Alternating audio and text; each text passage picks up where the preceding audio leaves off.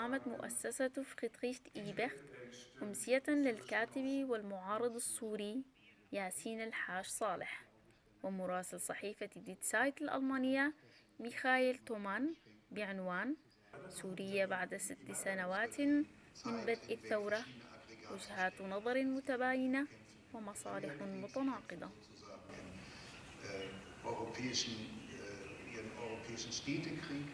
حضر عدد من السوريين والألمان هذه الأمسية التي بدأ فيها ياسين الحاج صالح بالحديث عن معاناته في سوريا، حيث تطرق إلى موضوع اختبائه قبل أن ينتقل للعيش بالمنفى بنهاية 2013، وفتح باب النقاش من خلال طرح عدة أسئلة منها: ما بعرف إذا عندكم علم أو لا عن بيشمركة روج واللي هن شباب وبنات سوريين عم يشتغلوا تحت مظلة البيشمركة أو بالأحرى عم يتدربوا من قبل الألمان والكرد في كردستان العراق.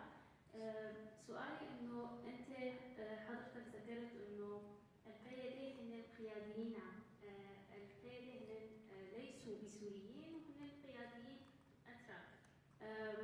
فيك تقلنا إنه عندكم يعني نظرة عن بيشمركة روج بما إنه هن سوريين وكيف رح يكون تدخلهم بسوريا المستقبل؟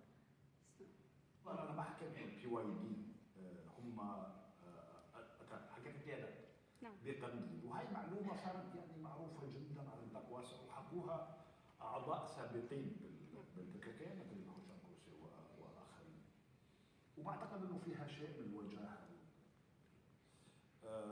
ما عندي معلومات للأسف بخصوص بيشمركة سوري، للأسف أول مرة بسمع الموضوع، وبعتقد إذا كانوا سوريين فهذا بلا شك أحسن بكثير يعني، وبتأمل تيار المستقبل تبعكم يكون له دور أكثر من